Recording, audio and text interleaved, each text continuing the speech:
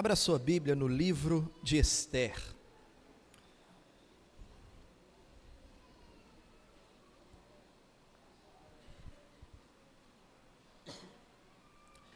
Você que nos acompanha através da nossa live, abra também aí a sua Bíblia em Esther.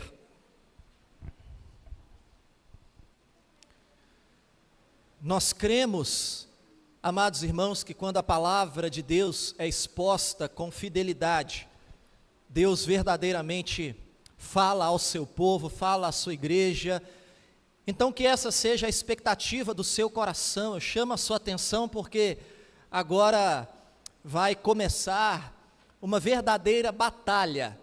Pensamentos, coisas vão acontecer para tirar a sua atenção da palavra de Deus, porque uma frase, um detalhe que você entender pode transformar a sua vida, e o inimigo das nossas almas, ele não quer que você ouça, ele não quer que você entenda, ele não quer que a sua vida seja transformada. Então, em nome de Jesus, desafio o seu coração a vencer essa batalha e acompanhar com atenção e com expectativa no seu coração a exposição da palavra de Deus. O tema da nossa mensagem nessa noite é Deus escrevendo a nossa história. Nós cremos que há um Deus soberano que escreve a nossa história. Tem conduzido a história dessa igreja até aqui, tem conduzido a história da minha vida e a história da sua vida. Louvado seja Deus por isso. E meu amado irmão, hoje você que está sempre aqui comigo, ouvindo a palavra de Deus, você que já me conhece, você vai estranhar, porque hoje eu vou pregar de um jeito que eu nunca preguei aqui. Eu não vou ler um texto nesse momento, como normalmente a gente faz, mas a nossa meditação vai ser baseada no livro todo de Esther. E eu vou primeiro contar toda a história. Eu pedi para você abrir a Bíblia, porque eu vou contar a história. Eu dividi essa história em cenas. É uma história impressionante. Quem aqui já leu o livro de Esther? Levanta a mão. Muita gente. É uma história incrível, empolgante, cheia de reviravoltas. Eu dividi essa história em cenas. Eu vou contar essa história, ok? E no final eu vou destacar algumas lições. Eu pedi para você abrir a Bíblia, porque enquanto eu for contando a história, eu vou dizendo, olha, está no capítulo tal, está no capítulo tal, e você pode ir conferindo aí na palavra de Deus, e alguns versículos eu farei a leitura. Então é importante que você fique aí com a sua Bíblia aberta. Mas antes de iniciarmos, feche seus olhos mais uma vez.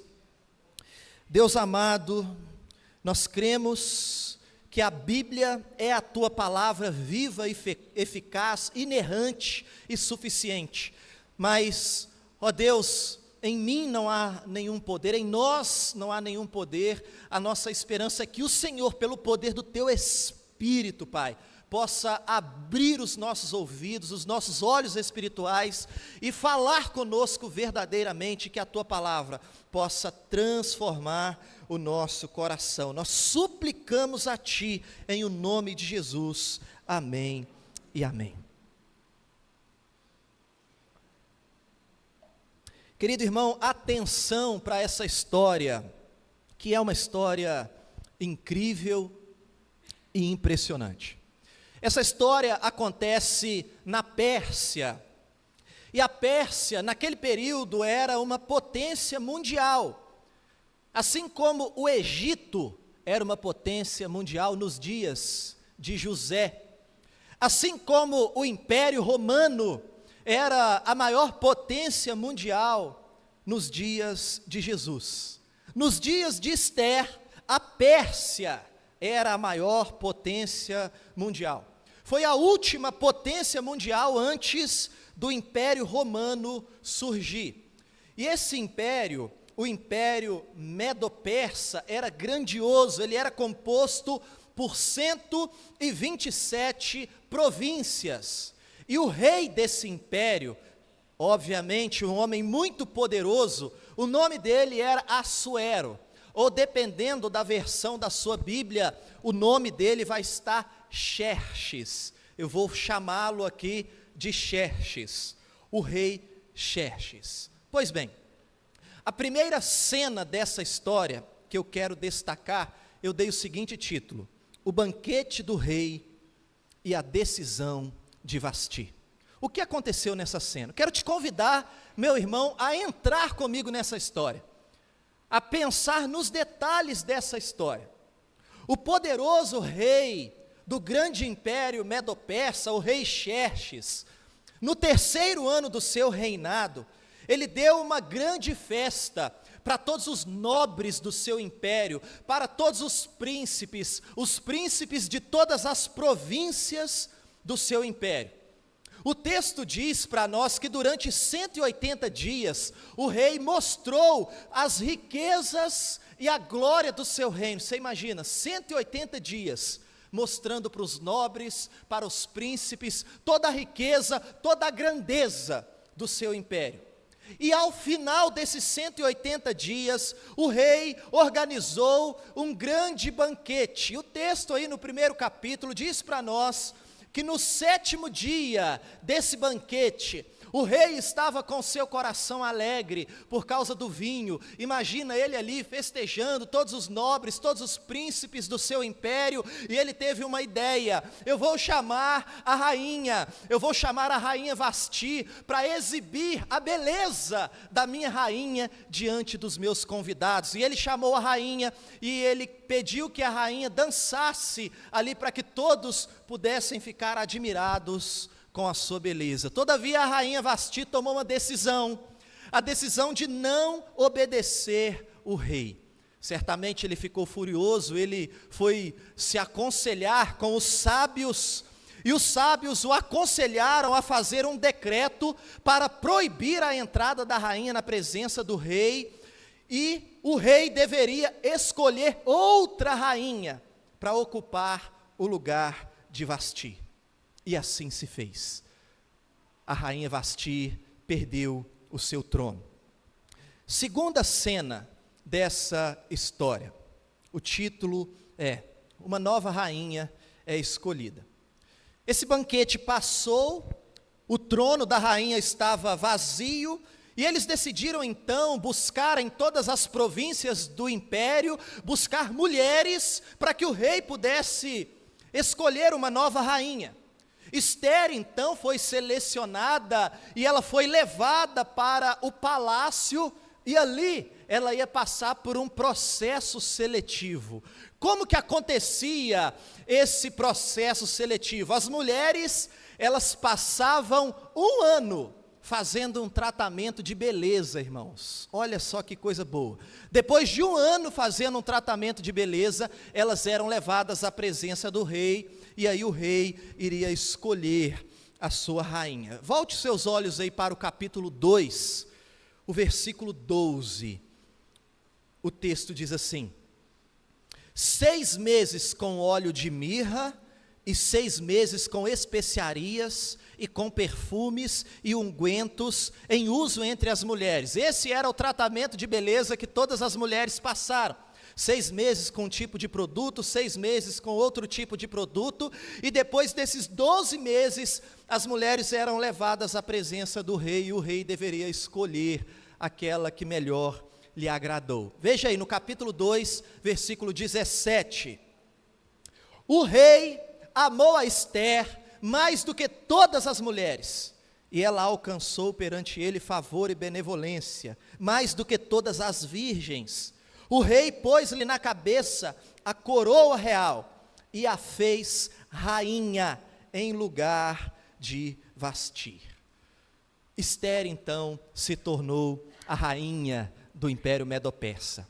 Todavia, Esther era uma judia, e ninguém sabia disso. Ela também não contou para ninguém. E há um fato interessante e muito importante de ser destacado, porque antes de se tornar rainha, Esther, que era órfã, ela vivia com o seu primo. O seu primo se chamava Mordecai, em algumas versões vai estar Mardoqueu. Então, se eu falar Mordecai ou Mardoqueu, eu estou falando do primo de Esther, que morava com Esther antes dela ir para o palácio. Mordecai, primo de Ester, um dia estava sentado na porta do palácio e ouviu 2 guardas conversando. E os guardas estavam planejando assassinar o rei. Mordecai, então, contou para Ester, e Ester providenciou um jeito do rei ficar sabendo. O palácio investigou a situação, descobriu que, de fato, eles estavam planejando a morte do rei, e esses 2 guardas morreram, foram enforcados, e a vida do rei foi poupada. Esse é um fato muito interessante, guarda aí esse fato. Cena 3, o título é: Quem é Ramã?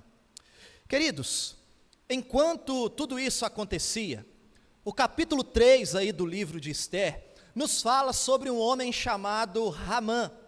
Esse homem, ele era o braço direito do rei. Ele era o 2º homem mais poderoso do Império Medo-Persa. Depois do rei, era ele. Portanto, era o 2º homem mais poderoso do mundo. O rei Xerxes era o primeiro. Volte seus olhos no capítulo 3, no versículo 2, e veja o que está escrito aí. Ramã era um homem muito poderoso. Veja aí. Todos os servos do rei, que estavam à porta do rei, se inclinavam e se prostravam perante Ramã, porque assim tinha ordenado o rei a respeito dele. Mordecai, porém, não se inclinava, nem se prostrava. Veja, esse homem poderoso chamado Ramã, todos se prostravam quando ele passava, menos Mordecai, primo de Ester. E o texto nos diz que por causa disso, Ramã ficou com ódio, ficou com fúria de Mordecai. E ele, diz o texto, que achava pouco matar somente Mordecai. Ele falou: não vou matar esse homem, eu quero mais, eu vou matar todo o povo dele. Descobriu que ele era judeu e decidiu então aniquilar todo o povo judeu por causa dessa raiva que ele sentia. Ramã então tomou essa decisão, destruir o povo judeu. E ele foi até o rei, e ele conversou com o rei, e ele disse: olha, no seu império tem um povo aí que tem as suas próprias leis, e eles não respeitam as leis do império. O rei não pode aceitar isso, o rei deveria exterminar esse povo, o rei não pode tolerar esse povo. E o rei, como confiava em Ramã, tirou o seu anel, deu para ele e disse: pode fazer o que você quiser e pode selar com o meu anel. O anel do rei era o selo. Quando se fazia um decreto e selava com o anel do rei, estava de fato decretado, e nem mesmo o rei poderia voltar atrás nessa decisão. Então, foi decretado e selado com o anel do rei, que no 13º dia do mês de Adar, o povo judeu seria aniquilado, exterminado da face da terra. Querido irmão, pensa comigo. A maior potência mundial teve um decreto do rei, nem mesmo o próprio rei pode voltar atrás nesse decreto, porque foi selado com o seu anel.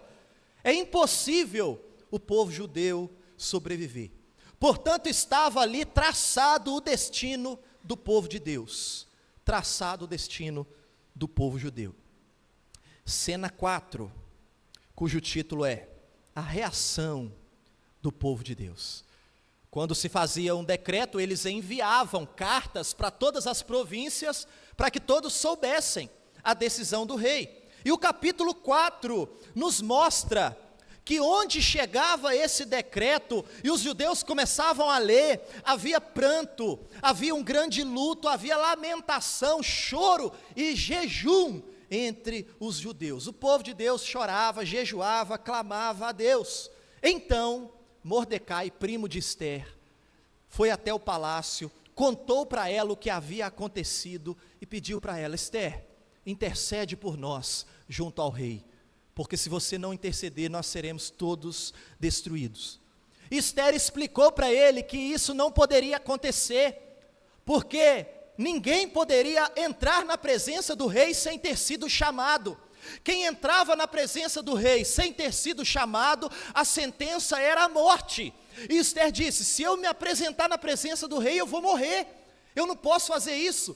Eu preciso esperar o rei me chamar, só que já tem 30 dias que ele não me chama, pode ser que demore muito.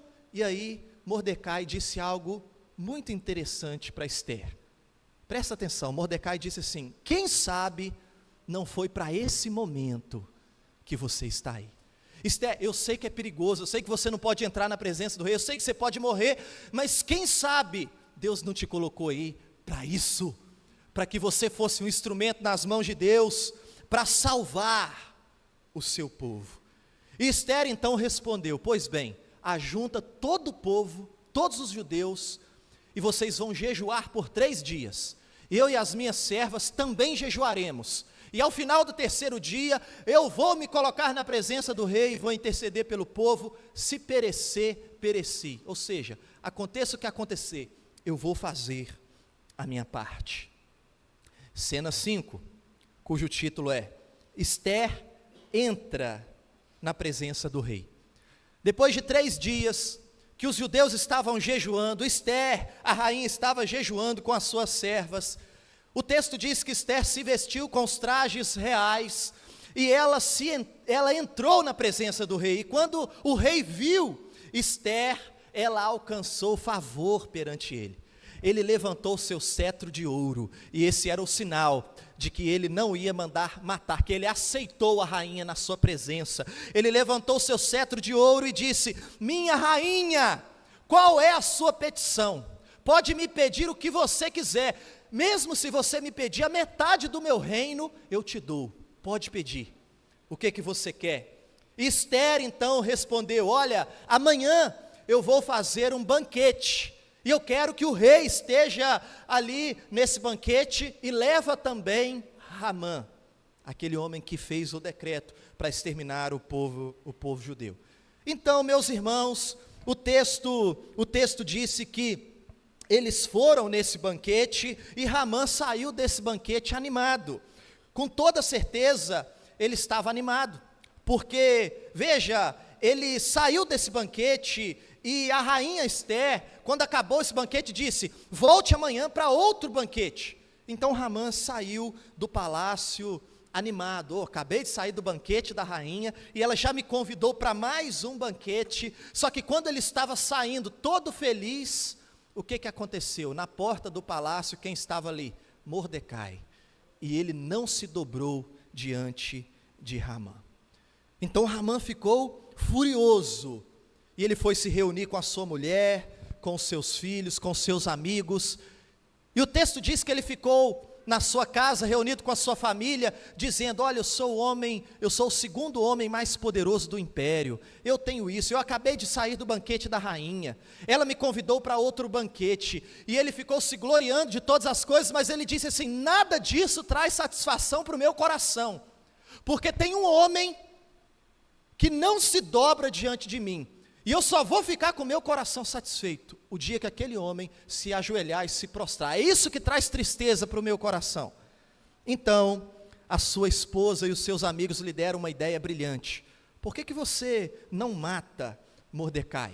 Mata ele, construa uma forca com 20 metros de altura, e pede o rei para enforcar. Faz isso essa noite, porque amanhã no banquete da rainha, você vai participar do banquete com alegria no seu coração, e Mordecai vai estar morto. E Hamã então entendeu que seria esse o caminho, gostou da ideia, e providenciou para que a forca fosse construída naquela mesma noite, porque no outro dia pela manhã, a intenção dele era enforcar Mordecai, o primo de Esther. Cena 6, o rei perde o sono. Querido irmão, nessa noite que Hamã construiu a forca e pretendia enforcar o primo de Esther, no outro dia pela manhã, nessa noite, o rei perdeu o sono, e ele pediu para os seus servos, para que eles pudessem trazer os livros das crônicas do rei, uma espécie de ata, onde estava relatado tudo o que aconteceu no seu reinado. E os seus servos começaram a ler, e eles leram exatamente a parte que estava narrando que Mordecai salvou o rei de uma conspiração. E aí o rei disse assim: peraí, esse Mordecai aí que ouviu, que descobriu a conspiração, ele foi recompensado, ele foi honrado por ter salvado a vida do rei. E eles responderam: não, ele não ganhou nada com isso. E aí o rei ouviu um barulho e perguntou: quem está aí fora no pátio? E quem estava no pátio era Ramã. E ele estava ali porque ele queria pedir o rei para enforcar Mordecai no outro dia. Ele já estava com tudo planejado. Aí o rei falou: mande Ramã entrar. E o rei perguntou assim para Ramã: o que se fará ao homem a quem o rei deseja honrar? Então veja, quando o rei pergunta isso para Ramã, ele pensou imediatamente: o rei quer me honrar. E ele está perguntando: o que o rei deve fazer para um homem quando o rei quer honrar esse homem? Veja aí o que Ramã respondeu, capítulo 6, versículos 7, 8 e 9. Ramã respondeu assim: e respondeu ao rei: quanto ao homem a quem agrada ao rei honrá-lo, tragam-se as vestes reais que o rei costuma usar, e o cavalo que o rei costuma andar montado, e tenha na cabeça a coroa real. Entregue-se as vestes e o cavalo nas mãos dos mais nobres príncipes do rei, e vistam delas aquele a quem o rei deseja honrar. Levem-no a cavalo pela praça da cidade, diante dele apregoem. Assim se faz ao homem a quem o rei deseja honrar. Ramã então fala isso para o rei, achando que o rei ia honrá-lo, e o rei fala assim: pois bem, tem um homem chamado Mordecai, ele está sentado na porta do templo. Vai lá, pega o cavalo, sai puxando ele, tudo isso que você me falou faz com ele, sai puxando ele pela cidade. Imagina a raiva que Ramã sentiu, ele teve que sair pela cidade, puxando o Mordecai a cavalo, vestido com os trajes reais, e gritando pela cidade: esse é o homem a quem o rei deseja honrar. E depois disso, Ramã foi para casa se lamentar com a sua família, e a gente pode imaginar qual foi a conversa. Eles chegaram e a família: e aí, o rei autorizou enforcar Mordecai? E ele contou: não, muito pelo contrário, o rei mandou eu honrar aquele homem, porque ele salvou a vida do rei.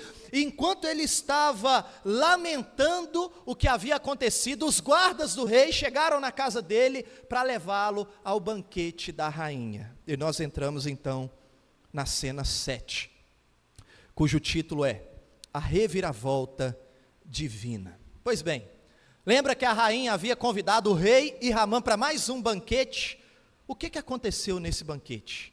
O rei e Ramã estavam ali, e o rei perguntou novamente para a rainha Ester: minha rainha, que queres que eu te faça? Pode pedir até metade do meu reino, que eu te dou. E aí a rainha respondeu: se eu posso contar com o favor do rei, poupe a minha vida e a vida do meu povo, porque eu e o meu povo fomos vendidos para destruição, morte e aniquilação. E o rei então se levantou furioso e disse: quem se atreveu a fazer uma coisa dessa? Onde esse homem está? E a rainha apontou para Ramã e disse: esse homem perverso é Ramã.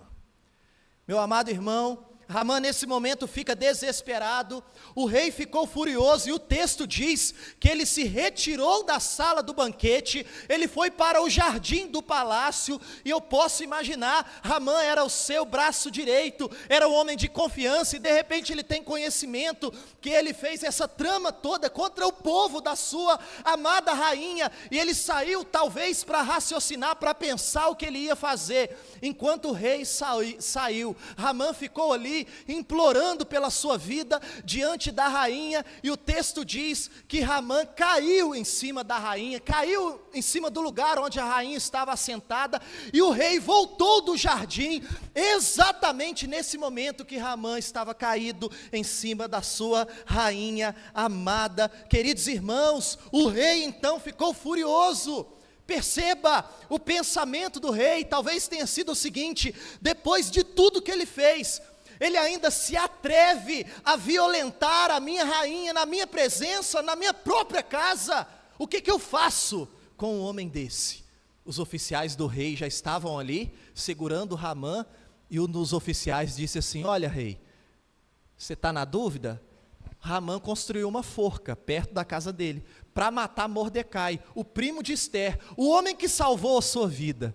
E aí não teve jeito, irmãos, o destino de Ramã estava traçado. o rei mandou enforcar Hamã na forca que ele construiu para matar Mordecai. E Mordecai assumiu a posição de Hamã, se tornou o segundo homem, o braço direito do rei, e todos os bens de Hamã o rei deu para Mordecai. E não teve como cancelar aquele decreto para que o povo judeu fosse exterminado, porque o decreto já havia sido selado com o anel do rei. Todavia o rei permitiu, e Mordecai fez outro decreto, autorizando o povo judeu a se defender e a lutar contra os seus inimigos naquele dia marcado, quando seria o extermínio do povo de Deus. Querido irmão, que história! Pensa aí se não dava uma excelente série para a gente assistir. Quantas reviravoltas! Querido, você conseguiu perceber quantos detalhes nessa história se encaixando perfeitamente? E eu pergunto para você, por que tantos detalhes se encaixaram com tanta perfeição? E a resposta para mim e para você é que há um Deus governando a história. Querido irmão, há um Deus que cuida e preserva o seu povo desde a antiguidade. Um Deus acerca do qual Jó declarou: bem sei que tudo podes e nenhum dos seus planos podem ser frustrados. Meu amado irmão, é por isso que eu e você, por isso que hoje nós podemos declarar: até aqui foi o Senhor quem nos ajudou. Até o dia de hoje, foi o nosso Deus quem conduziu os detalhes da nossa história. Essa é uma certeza que eu e você podemos ter. Portanto, eu quero destacar aqui, diante dessa história, duas lições preciosas. Eu quero chamar a sua atenção. A primeira lição que eu quero destacar aqui é a seguinte: Deus é poderoso para transformar qualquer realidade na sua história. Vamos voltar aqui um pouquinho nessa história. Volta aí no capítulo 3, por gentileza. Capítulo 3, versículo 13. O texto diz assim: enviaram-se as cartas por intermédio dos correios a todas as províncias do rei, para que se destruíssem, matassem e aniquilassem de vez a todos os judeus, moços e velhos, crianças e mulheres, em um só dia, no dia 13 do 12º mês, que é o mês de Adar, e que lhe saqueassem os bens. Querido irmão, aqui o destino do povo de Deus foi traçado, e a situação aqui é irreversível, foi selado com o anel do rei, como eu disse. Portanto, a história, a partir desse momento, começa a caminhar para o dia da aniquilação do povo judeu, o dia da aniquilação do povo de Deus. Todavia, queridos irmãos, o Deus de Israel, o Deus dos judeus, está acima de todas as coisas.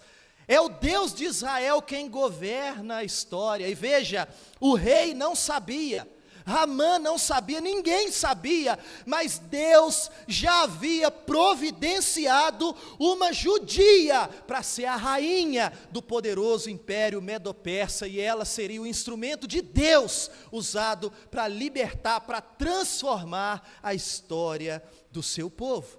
Agora, meu amado irmão, qual foi a atitude de Esther quando ela soube dessa notícia? Vai para o capítulo 4, versículo 16. Ela disse: vai, ajunta todos os judeus que se acharem em Susa, e jejuai por mim, e não comais nem bebais por 3 dias, nem de noite nem de dia. Eu e as minhas servas também jejuaremos. Depois irei ter com o rei, ainda que é contra a lei. Se perecer, pereci. O que Esther faz diante dessa impossibilidade, diante dessa situação que é humanamente impossível de resolver? Esther se coloca em oração diante daquele que é poderoso para resolver qualquer problema, e depois de orar e jejuar, é que ela vai conversar com o rei. E o que aconteceu com o rei? Ela corajosamente se coloca na presença do rei, e como falamos aqui, o rei levanta o seu cetro de ouro, e ele diz: rainha minha, qual é a sua petição? Eu lhe darei ainda que seja metade do meu reino. E qual foi o final dessa história? Capítulo 9, versículo 1, volta aí, passa aí as páginas da sua Bíblia, capítulo 9, versículo 1, o texto diz assim: no dia 13 do 12º mês, que é o mês de Adar, quando chegou a palavra do rei e a sua ordem para se executar, no dia em que os inimigos dos judeus contavam assenhorar-se deles, sucedeu o que, irmãos? Sucedeu o contrário, pois os judeus é que se assenhorearam dos que os odiavam. Meus amados irmãos, veja, o dia que estava marcado, decretado, para que o povo de Deus fosse aniquilado, se tornou o dia em que o povo de Deus celebrou a vitória contra os seus inimigos. Veja o versículo 17, aí do capítulo 9, o texto diz: sucedeu isso no dia 13 do mês de Adar, no dia 14, descansaram e o fizeram dia de banquetes e de alegria. Veja, o dia que seria um dia de morte, de aniquilação, de luto, de dor, foi um dia de descanso, um dia de banquete, um dia de alegria, e depois disso os judeus passaram a festejar a festa de Purim, a comemorar essa data, porque o nosso Deus, Ele é poderoso para transformar qualquer realidade que nos cerca, seja o que for, meu amado irmão, ainda que seja impossível diante dos nossos olhos, se for o propósito de Deus, Ele pode mudar, seja o que for.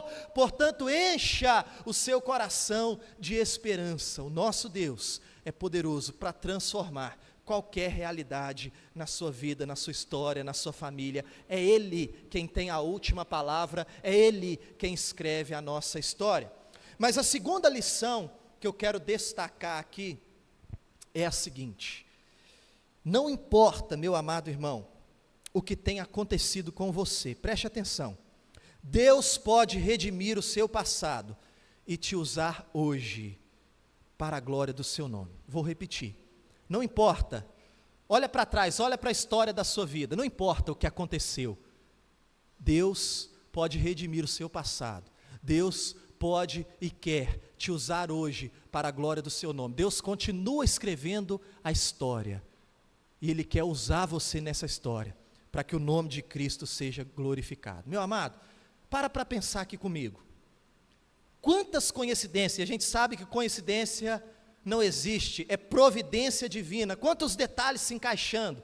Para pensar aí, a rainha Vasti desobedeceu o rei, o trono ficou vago, entre as muitas mulheres do império, Deus amou a rainha Ester, uma judia, ela entrou no palácio, Mordecai ouviu uma conversa, salvou a vida do rei, tanta coisa aconteceu, Ramã tentou matar Mordecai, tentou aniquilar o povo de Deus, não conseguiu, na hora que a rainha Ester fez o banquete, tudo aconteceu perfeitamente, o rei entrou nos seus aposentos, no momento que Ramã estava caído em cima dela, e ele ficou furioso. Meu amado irmão, quantos detalhes, isso mostra para nós a providência de Deus regendo a história.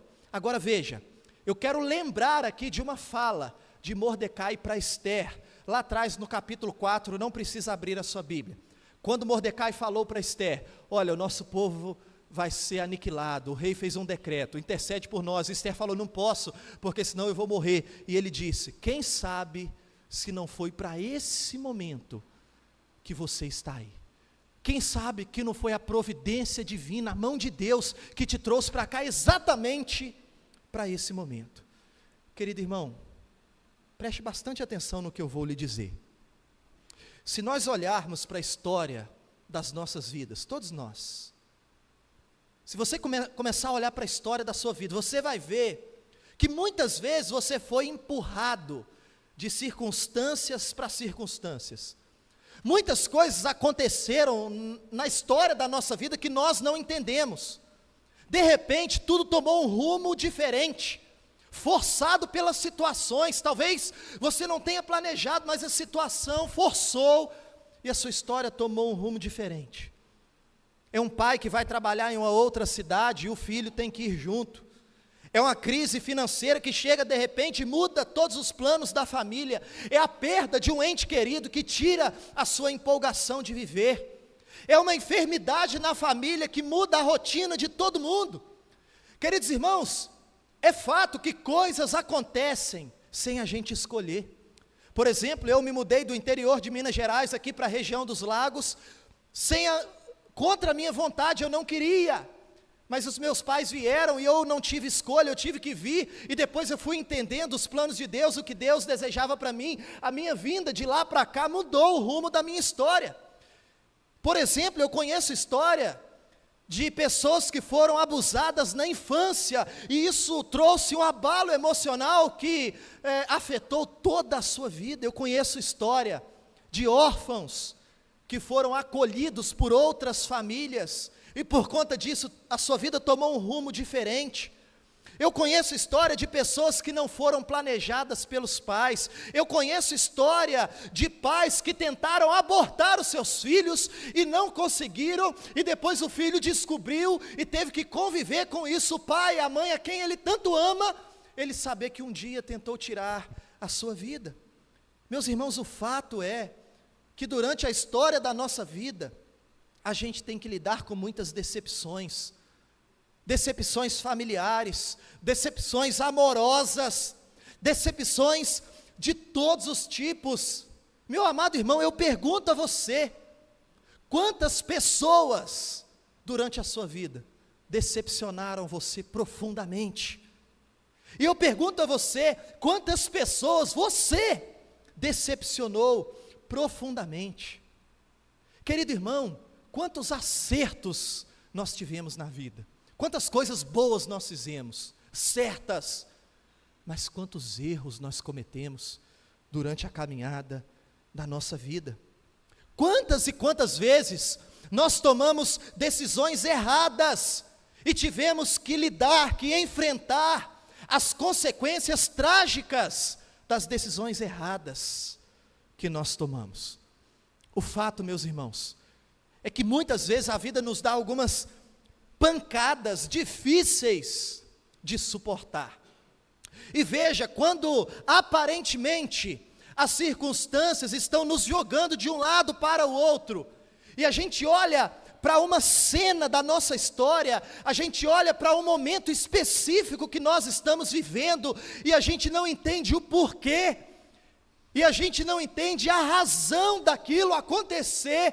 Mas, querido irmão, se nós pudéssemos olhar para a nossa história da mesma maneira que hoje nós olhamos para a história de Esther, se nós pudéssemos olhar de cima para a nossa história, olhar para o início, olhar para o meio e olhar para o fim da nossa história, se nós pudéssemos fazer isso, nós ficaríamos tranquilos, porque iríamos perceber a mão poderosa de um Deus que é soberano, conduzindo todos os detalhes da nossa história, um Deus que desde a antiguidade trabalha por aqueles que nele esperam. Então veja, o desafio para nós é viver pela fé, porque nós não conhecemos o próximo capítulo, a próxima cena, nós não conhecemos o dia de amanhã. Nós temos o passado e nós temos o presente, e muitas coisas hoje não estão claras para nós.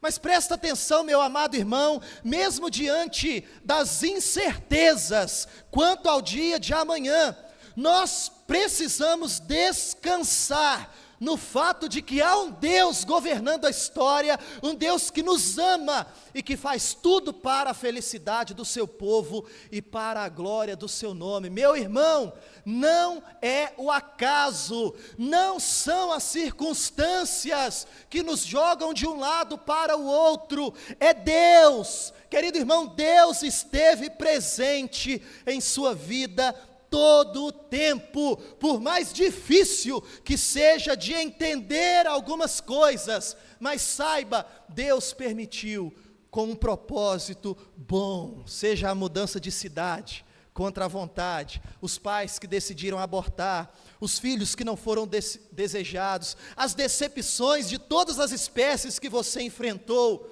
o empreendimento que não deu certo, o projeto que não deu certo, os erros que nós cometemos, as consequências trágicas dos erros que nós cometemos, das decisões erradas, o abuso na infância, o emprego que você conseguiu, o emprego que você perdeu, enfim, Deus estava lá. Ele nunca perdeu o controle da história da sua vida, Ele estava o tempo todo conduzindo todos os detalhes. Você precisa entender isso. E eu quero deixar uma coisa clara para você. Presta bastante atenção nisso aqui, para a gente encerrar. Há um lugar no corpo de Cristo, exatamente para alguém como você. Presta atenção nisso aqui, porque isso aqui trouxe muito alívio para o meu coração. Há um lugar no reino de Deus, nessa história que Deus está escrevendo, há um lugar que é para uma pessoa que viveu o que você viveu. Há um lugar nessa história que é para uma pessoa que tem as características que você tem. Há um lugar nessa história que é para uma pessoa que tem exatamente as experiências que você teve, e Deus quer te usar para a glória do seu nome, com toda a história que você carrega, com seus acertos e com seus erros. Portanto, entenda, meu amado irmão, qualquer que seja a situação hoje, se você se colocar diante de Deus e perguntar: por que, Senhor? Por que isso aconteceu? Por que isso está acontecendo? Provavelmente você não vai obter nenhuma resposta. A pergunta correta seria: e agora, Senhor? Entenda, a pergunta diante de Deus é a seguinte: Senhor, a situação é essa, tudo isso aconteceu na minha vida, eu errei, eu acertei, eu vibrei, eu chorei, a situação é essa, e agora, Senhor? Como o Senhor pode redimir a minha história e me usar para a sua glória? Precisamos nos colocar diante do Senhor e perguntar: Senhor, assim como Mordecai falou com Esther, quem sabe não foi para esse momento que eu vivi tudo o que eu vivi, todos os erros, todos os acertos, todas as experiências positivas e negativas, quem sabe, Senhor, não foi para o propósito que o Senhor tem hoje, para os planos que o Senhor tem, que eu vivi todas essas experiências. Querido irmão, o Evangelho não tem a ver com voltar no tempo e fazer diferente, o Evangelho tem a ver com arrependimento, com a oportunidade de recomeçar, e o desejo de Deus é usar eu e você, com a história que nós carregamos, é redimir o nosso passado, e nos usar para a glória do seu nome. Quem sabe não foi para isso que nós vivemos tudo o que vivemos, para o plano que Deus tem para nós hoje. Portanto, precisamos dizer para Deus: Senhor, eu quero hoje, com toda a bagagem que eu tenho, fazer o que precisa ser feito, para a glória do seu nome. Meu irmão, entenda, eu não conheço a sua história de vida, eu não conheço os detalhes da sua história, eu não conheço as suas decepções, os seus erros, os seus acertos, as suas experiências, tanta coisa que você já viveu e eu não sei. O que eu sei é que não importa como você chegou até o dia de hoje, o que eu sei é que há um lugar no reino de Deus, há um lugar no corpo de Cristo, que é para alguém que viveu exatamente o que você viveu, que teve exatamente as experiências que você teve, é para alguém que tem exatamente as características que você tem. Há um lugar no reino de Deus, que a sua vida vai se encaixar como uma luva. O Senhor da história conduziu todas as coisas, e hoje Ele deseja usar você, com toda a história que você carrega, para a glória do seu nome. Eu digo mais, a nossa história, ela não termina aqui. Às vezes, a nossa expectativa é somente nessa vida, mas toda a história da humanidade caminha para o grande e glorioso dia do Senhor, o dia onde o Senhor Jesus irá voltar e todo joelho se dobrará e toda língua confessará que Ele é o Senhor. E veja, eu poderia dizer aqui o seguinte: olha, o final da sua história é esse dia glorioso, onde as trombetas vão soar, e o Senhor Jesus irá voltar, esse vai ser o final da sua história. Mas a verdade é que esse não é o final, a notícia é muito melhor, esse é o final da sua peregrinação aqui na terra.